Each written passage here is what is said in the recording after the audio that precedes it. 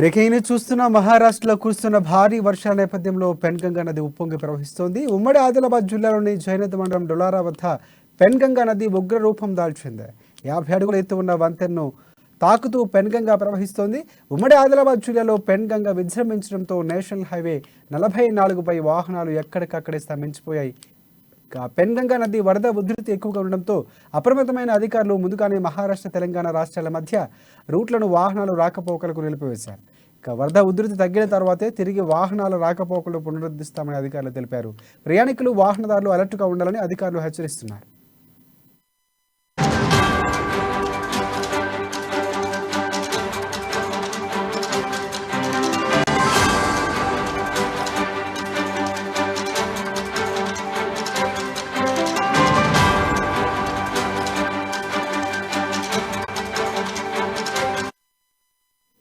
Breaking news చూస్తున్న మహారాష్ట్రలో కురుస్తున్న భారీ వర్షాల నేపథ్యంలో పెన్గంగా నది ఉప్పొంగి ప్రవహిస్తోంది.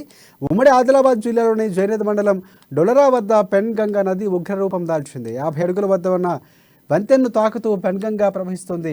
ఉమ్మడి ఆదిలాబాద్ జిల్లాలో పెన్గంగా విజృంభిస్తూ ఉండడంతో నేషనల్ హైవే 44పై వాహనాలు ఎక్కడికక్కడే స్తంభించాయి.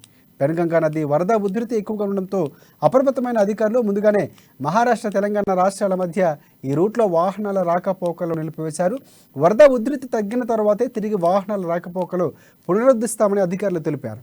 ప్రయాణికులు, వాహనదారులు అలర్ట్గా ఉండాలని అధికారులు హెచ్చరించారు.